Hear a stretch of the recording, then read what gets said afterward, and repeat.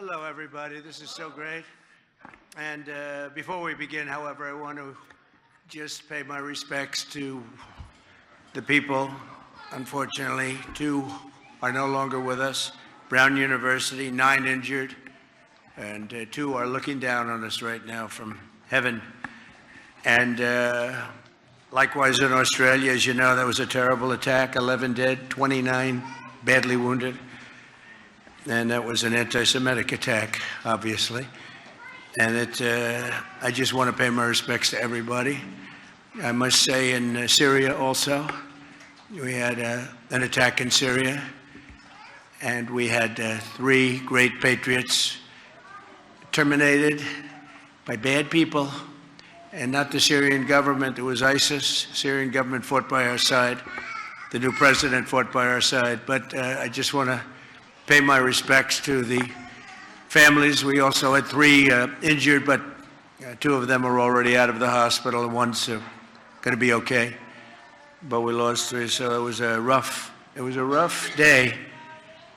But to Australia and the Prime Minister, to everybody that we know so well, we get along with so well, we have a great relationship. That's a terrible situation going on over there. Think of that. And Brown University, great school, great, really one of the greatest schools anywhere in the world. Things can happen. So to the 9 injured, get well fast, and to the families of those 2 that are no longer with us, I pay my deepest regards and respects from the United States of America. Thank you very much. It's a very important thing to say, and we mean it. I can tell you in Syria, there will be a lot of damage done to the people that did it. They got the individual person, but there'll be big damage done.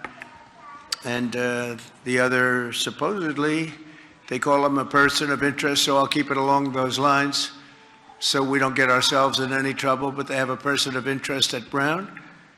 And in Australia, you probably read it's been a very, very brave person, actually, who went and attacked frontally one of the shooters and saved a lot of lives. So very brave person who's right now in the hospital, pretty seriously wounded. So great respect to that man that did that. But we're here for a different reason. We're here to celebrate Christmas and to celebrate, and I think today we can say loudly, we celebrate Hanukkah, because that was such a horrible attack. That was a purely anti-Semitic attack.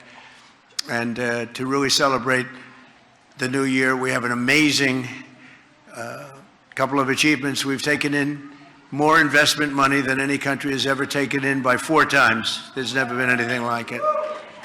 And I like to say that was because of the November 5th election, but and it was to an extent, because without the November 5th election, you would have had a president that didn't have the courage to use tariffs the way they should be used. And because of the tariffs, we've taken in more than think of this, $18 trillion. There's never been anything like it. As an example, the previous administration, Sleepy Joe Biden, took in less than $1 trillion in 4 years. We took in more than $18 trillion in 10 months.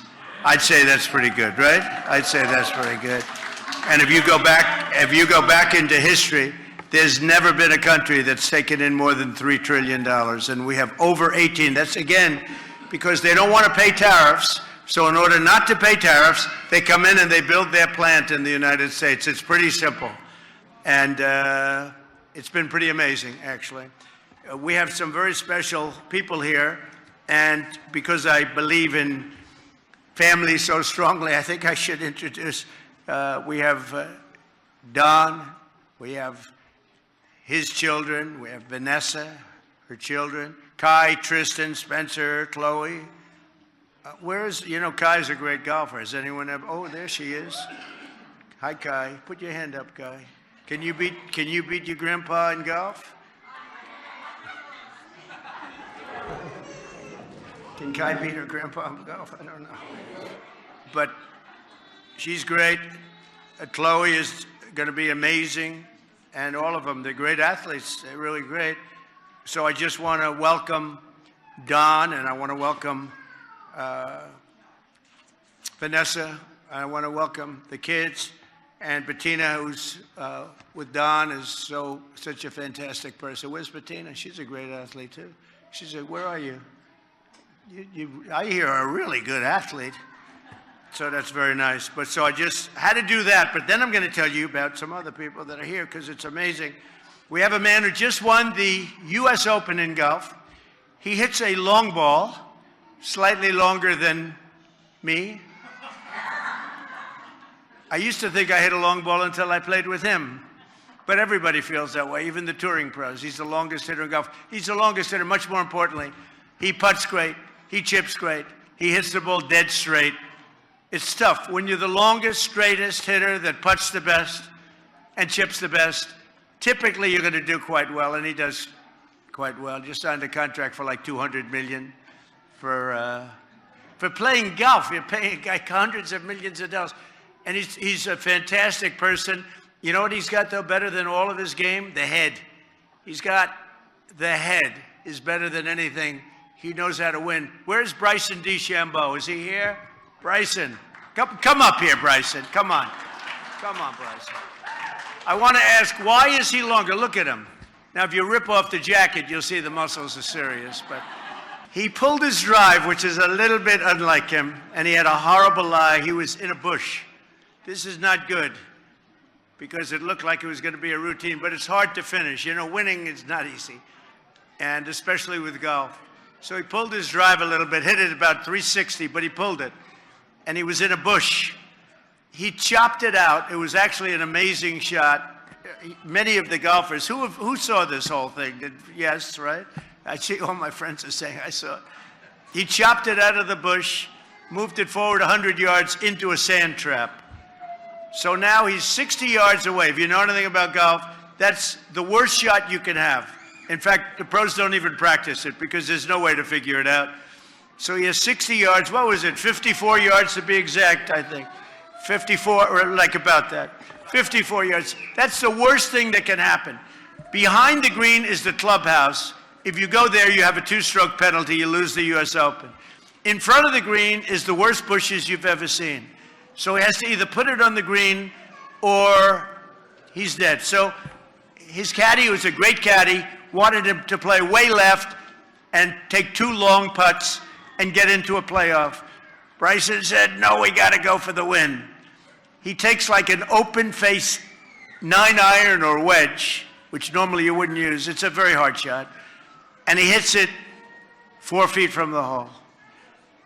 Now, for a golfer, they would say, that's not so good because they have to sink a 4-footer because they can't sink 4-footers. That guy can sink 4-footers. So he still had a 4-foot putt that broke a few inches to the right, which is considered harder than breaking to the left. He stood over the ball, hit it, went into the hole. He wins the U.S. Open. So that's called a champion's heart. So it's great to have you. You're a great champion. You won a lot of golf, U.S. Amateur, a lot of tournaments. And you know, you're just the beginning of your great, you know, your age is where they really become great. 31, 32 years old, that's when, if you look statistically, they do the best from 31, 32 to 40, except for VJ. VJ won all of his tournaments from 40 to 50. VJ is the one unique player, right? He became great at 40, but you're at the exact perfect age, so great. You're a great champion. Thank you. It's great that you're here. Maybe I'll take a chipping lesson from him. He's a good So I also want to thank Casey. I want to thank you for being here. James Blair, I want to thank you. Where's James? What a job he's done. You have your beautiful family, James? This guy is so good. You know, I wasn't sure. He was very quiet, and I kept hearing he's very quiet.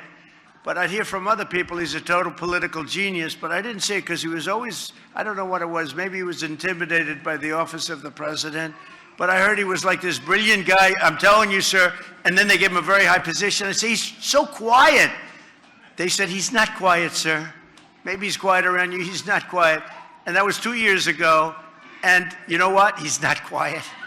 He's incredible. The job you've done. Thank you, James. Great. Is the other James there? Because you have two Jameses, they're both great. So I used to call him Big James and little James. But the problem is he's not little at all. And I don't think people like being called little James. But I meant it very affectionately. But Big James is like 6'7", and he weighs like 320. So he's big compared to almost anybody. So then I said, okay, I'll change it. I'll call him Big James, and I'll call him Brilliant James. But that's a real slight on Big James now. So I just keep calling him James, whoever comes. But you've done a great job, and I appreciate it. I know you're working on that situation for appointments, and that'll be great. Pull that off. Naomi, thank you very much from Bedminster. Naomi is here. She does a fantastic job, and I want to thank you. I want to thank Erin Elmore. Is Erin here? Erin, come here, Erin. She's marrying the most powerful man in the administration. She's getting married to the great Dan Scavino. Is Dan here, or is he working? He's too big. Come on up here, Erin. You think Dan has bad taste? You won't believe this. Mickey Gallagher, another great golfer, is here. He's the head pro at Bedminster, and come on up here, Erin. I don't know. Scavino's great, but without that big power, do you think that she would have been interested in him? James, I don't know. I think the power is the thing that did it, right? He's a great guy. You got a great guy, the best. And he looks great these days. He's a handsome guy, right? Look at her. She's defending him. Thank you. Erin, thank you very much. Thank you, darling. Great job. I appreciate it. So Mickey Gallagher, where's Mickey? Mickey from one of the... Now, he's a great player, too. Probably Mickey would agree that he's not quite as good as Bryson. He's the head pro at Bedminster, one of the most respected professionals, the most, like in New Jersey. Forget, he's like a king. And he's a really good golfer. But we've given up on the tour stuff, right, Mickey? We gave up. Well, when you see somebody's 100 yards longer, you say, let's go back to hiring golf pros all over the place, right? Thank you, Mickey, for being here. And he is a great golfer. Really terrific lawyer. He's been with me for a long time. I think he's got his family with him, and his family's great. Alan Garton. Where's Alan? Alan, nice to see you, Alan. Boy, are we winning cases or losing? I think we're winning. I guess we're winning because here we are, right? That's good. Well, you've done a great job, and look at that beautiful baby, huh? That boy, he's not a baby anymore, right? Good, good. Thank you, Alan. Is your wife here, who we happened to meet on the job? He met on the job. You know, we're not supposed to do that stuff, but they got along very well. I said, to hell with it. We have very flexible rules in the Trump Organization. I said, you know, those two seem to be too, she's a great lawyer. I don't know, she may be a better lawyer than you, Alan, I hate to say.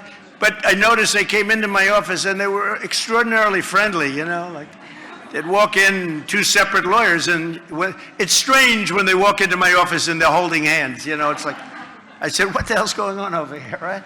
So, Alan, I just want to thank you for doing a great job, both of you for doing a great job, and congratulations on the family and everything. A man who's really fantastic. He started off as a speechwriter, and my problem is I didn't stick to his speech that much, but whenever I stuck to his speech, I would never get myself into trouble. But he's one of the greatest speechwriters in the world, and together with his partner, Ross, they form a team that, you know, they've been with me right from the beginning. Vince, are you here, Vince? Oh, there you are, Vince. It's amazing the way you blended in. He wants to blend in. And now he's doing something I think that's going to be the most exciting job of all. And Ross is doing really well. They split up probably the first time. You know, they've always been a team. They wrote, they love each other. They got along so well for so many years. And I said, you know, we have a couple of jobs. Vince is unbelievable on policy. And we have a policy thing that's going to be unbelievable happening. Should I announce it or should I keep it quiet? I put Vince in charge of the Triumphal Arch. We're building an arch like the Arc de Triomphe. And we're building it by the Arlington Bridge, the Arlington Cemetery, opposite the Lincoln Memorial. You could say Jefferson, Washington, everything, because they're all right there. And it's something that is so special. It will be like the one in Paris, but to be honest with you, it blows it away in every way. And Vince came in one day and his eyes were teeming. I mean, couldn't believe how beautiful it was. He saw it, and he wanted to do that. That's your primary thing. There is nothing that can compete with that. It's the only city in the world that's of great importance that doesn't have a triumphal arch. You know what that is?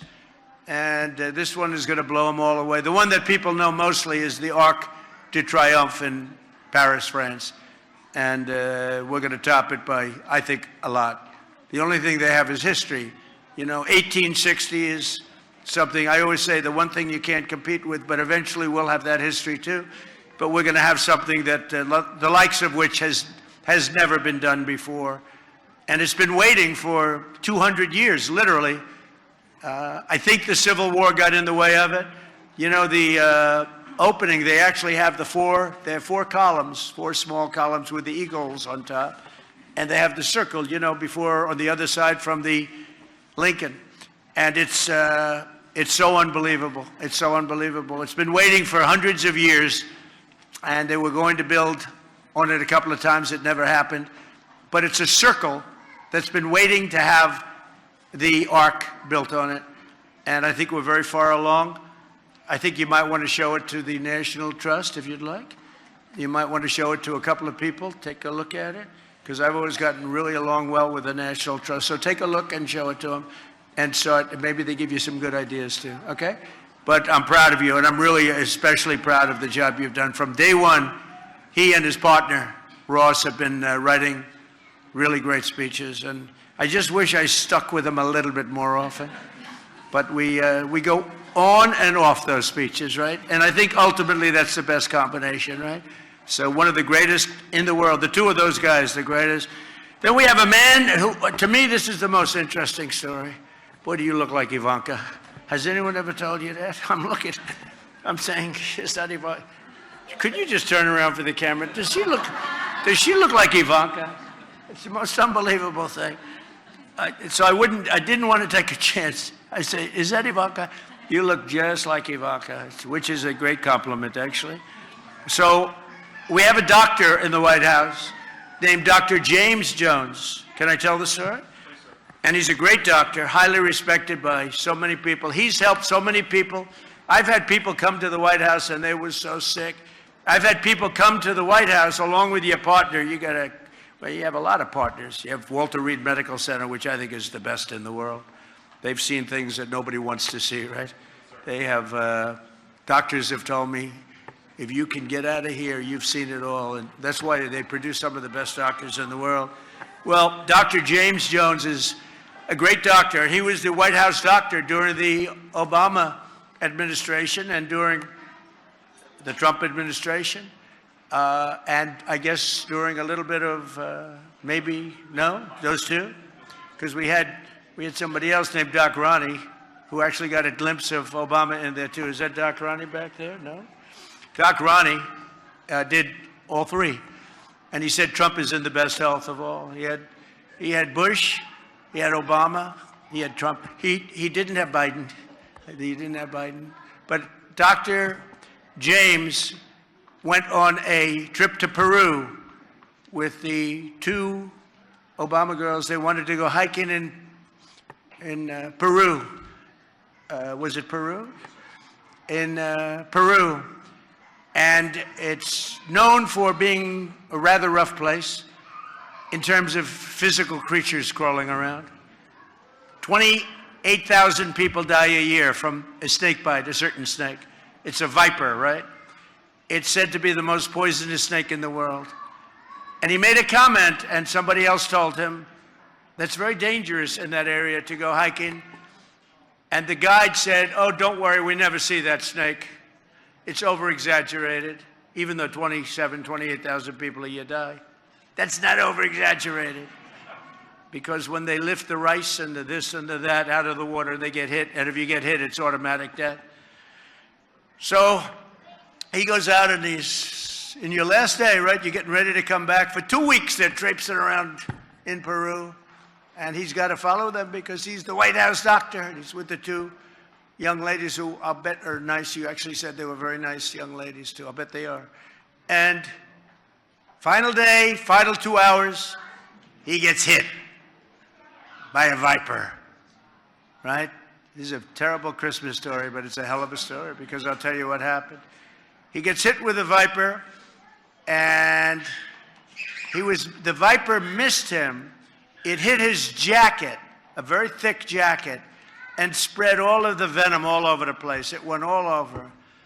But that wasn't good enough for the viper. The viper hit him a second time, and this time it got him on the arm.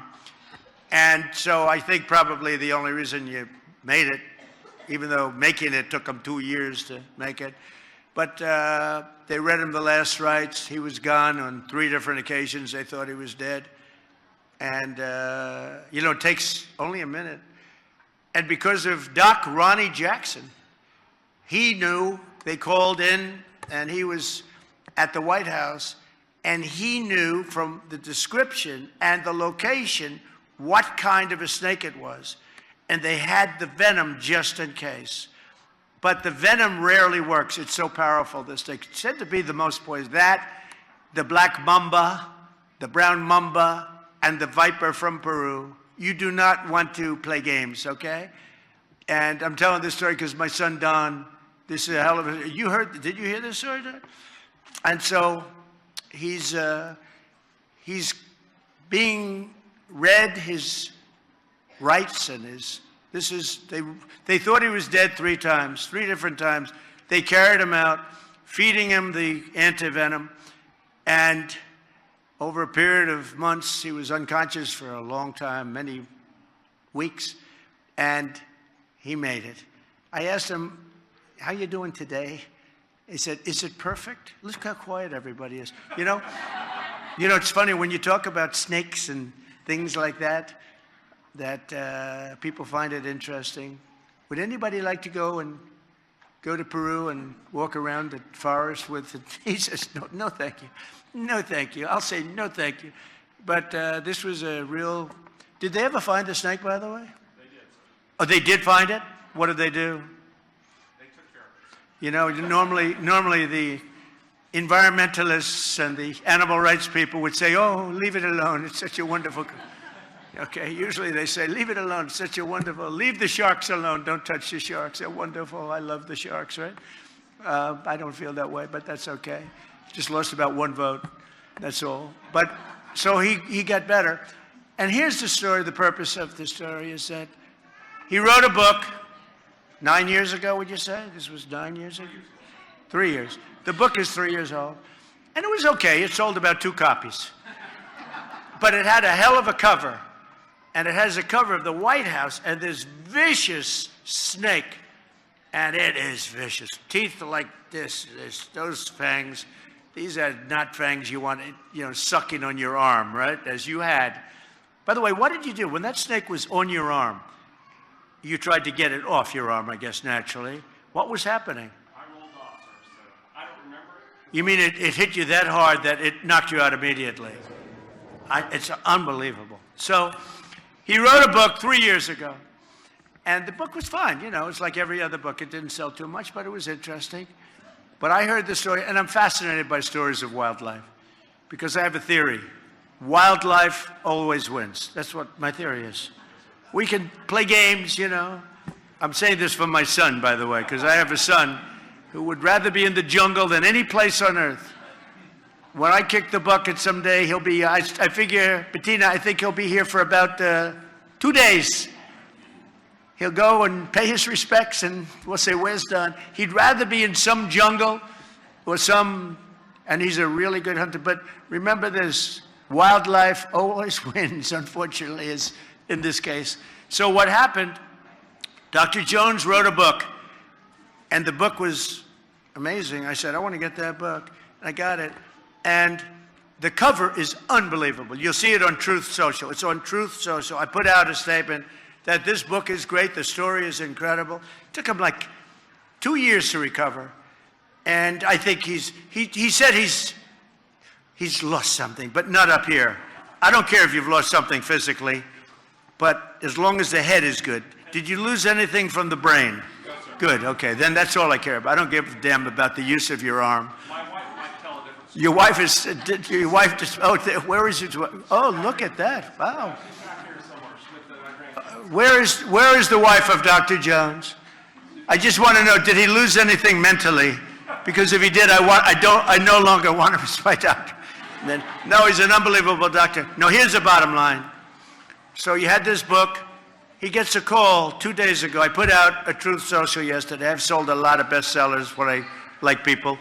I put it out, great book, picture of this viper coming like boom from the White House. And his publisher calls him, said, "Doctor, what happened? What's going on?" He said, "We're big into, did they sell 100,000? What's the number?" 100,000. They sold 100,000 books. It's the #1 bestseller. Can you believe it? Did you know? It's the #1 best-selling book. Can you believe that? So now you're a best-selling author. Now he can quit the White House. But anyway, he's a great doctor with that was a terrible experience. I mean, you went through hell for years, right? And the power is incredible of animals. You know, power is incredible. You got hit, and we take a lot of respect. The chances of living from that stake are substantially less than 1%, and that's only if you have the venom. Even if you have the venom, you don't live. And this guy's living. But I have a feeling that first blow missing, I assume there was a lot less going in, right? So, but it just, he said the good Lord saved him. I can maybe say that too. Every once in a while I get that throbbing feeling. I say, thank you very much. You know, so we're in maybe a similar position. But you're a great doctor, and I appreciate it. I just think it's an incredible story. Go buy his book. But it's an incredible story. 100,000 books sold in a day and a half. That's incredible, right? It's an amazing story. I want to just explain a couple of things, and then I'm going to just leave by saying have a great Christmas. But our country is doing really well. We inherited a mess from Biden and the Biden administration. We had the worst inflation in the history of our country. The worst inflation in the history of our country. Prices were the highest they ever were. And what we're doing is bringing them down. We now have inflation is totally neutralized. We may get it a little bit lower. You don't want to get it you don't want deflation. Deflation is in many ways worse than inflation. But we have a record setting. We have more people on Friday. We had more people working on Friday than at any time in the history of our country. Think of that.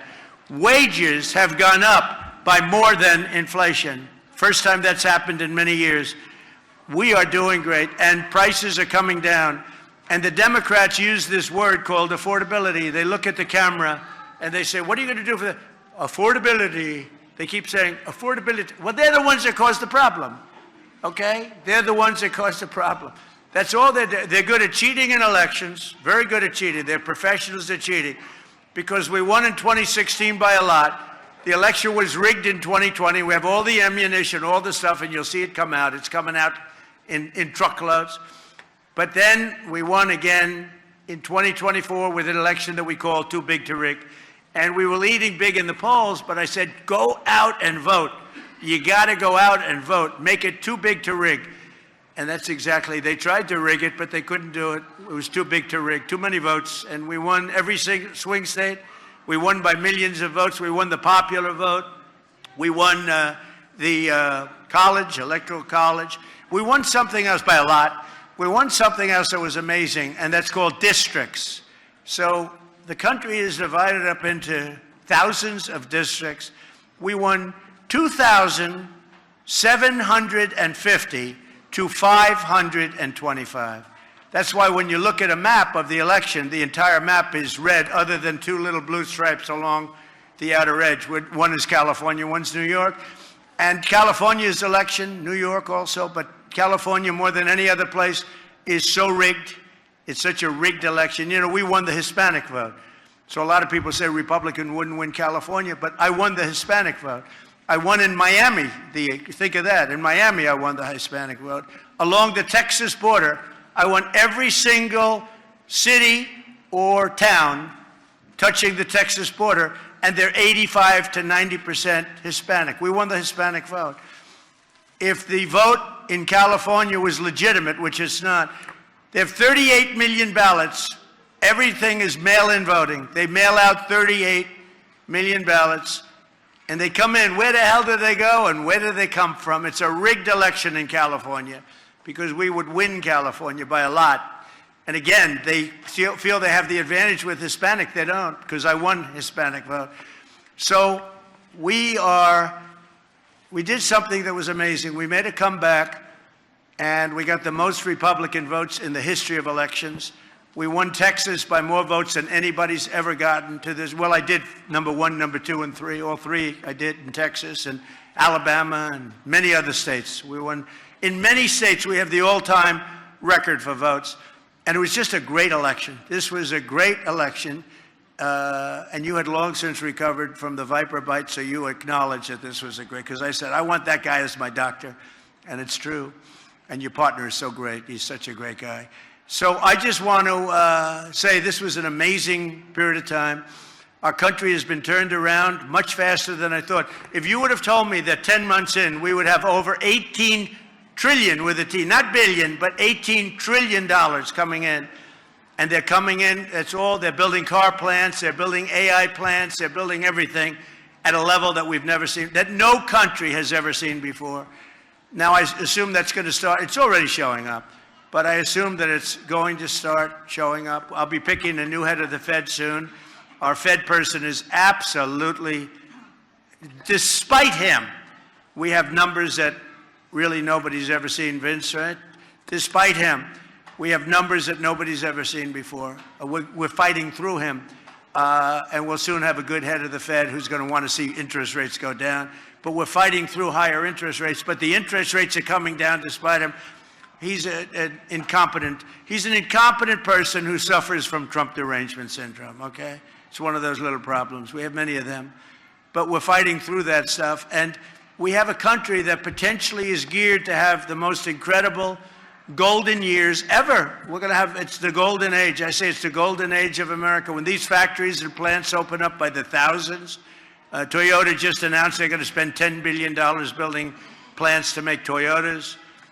So they're coming from Germany, they're coming from Japan, they're coming from Canada. Many factories are coming in because they don't want to pay tariffs. Very simple. They're coming in and they're spending they're spending hundreds of billions of dollars. Our car industry lost 58% of their capacity over the years. They went to Europe, they went to Mexico, Japan, they went all over. They went to South Korea. And now it's just the opposite. They're all coming back. We have an age that's coming up, the likes of which I don't think this country has never seen. And I just look so forward to the results. You're going to see results in 6 months to a year. I think you'll see results. We've never had anything like it. Again, there's never been any country. China, wonderful. I have a great relationship with President Xi. China's never seen it. Nobody's ever seen it. And by the way, we're leading in AI by a lot. AI is a big deal. And we're leading in AI by a lot. And the big problem was electricity, but I allow our plants, in other words, all of these geniuses that are building a $60 billion plant, I allow them to build their own electric capacity as part of the plant, and that solved the problem with the old grid. So they're able to do things that nobody thought they'd be able to do. We're getting them very fast approvals, and many of those plants are right now being built. So we have things happening like nobody's ever seen before. We have a great country. It's a great time to have Christmas. And I just want to introduce a person who's very outstanding. She is a great person, a highly respected woman. Every time I make a speech, I see signs, we love our First Lady. We love our First Lady. They love our First Lady. What can I do? I don't like it because I think they like her more than they like me, and I am not happy about it. I am not happy. We're going to have a discussion about this. But they love our First Lady. And you know, Melania did all of these decorations, and she's gotten great reviews. The first year she did the trees, that's right. The first year one, she did the trees, they were white, and they were so, snow, beautiful. And the fake news hit her hard. The next year, they were red, gorgeous red. They hit her hard. The next year, they were another color. They hit her. I said, baby, do me a favor. Do me a favor. Make the trees green. Let them just be green. They're so beautiful. Let them be green. Anyway, she has gotten the greatest reviews I've ever seen. And nobody has ever gotten reviews like this for the White House. I actually like the white ones better, but what am I going to... She has done a great job, and maybe I'll ask her to say a few words. She loves you all. Thank you very much. Good afternoon. Welcome to the White House. It's nice to see familiar faces. First of all, my thoughts and prayers go to the families of people who lost their loved ones around the world in this difficult time. We are celebrating here Christmas, and I'm thinking about them, what they're going through. So my heart is with them. I would like that you enjoy today the White House. It's a special place. And we have a Santa visiting today. I hope you saw him. And if not, go to visit him in the green room, the family's room, a game room. He's waiting for you. You could take pictures and maybe whisper to him what you would like to have as a present for Christmas. So enjoy the time. Wishing you a Merry Christmas and a very Happy New Year. And all the best to your families. Thank you. Thank you. And I just want to say, go. You're here for a reason. It's to celebrate Christmas and all of the holidays and the success of America. But we have the best chefs here. You are going to love that food, so go and get the food. Everybody wants to come to the Christmas party. I have made so many enemies because you can only have so many. And I've made so many enemies because I'm saying, I'm sorry, we're just not able to accommodate you. I don't necessarily say it myself, but our people do. And I think it's 10 to 1, Vince, 10 to 1. The 1 gets in and the 10 don't. This is not a good, politically, this is not a good thing, but you're here. The food is phenomenal. Go eat. Merry Christmas, Happy Hanukkah, and really have a fantastic year. We're going to have a great year. Thank you very much, everybody. Thank you.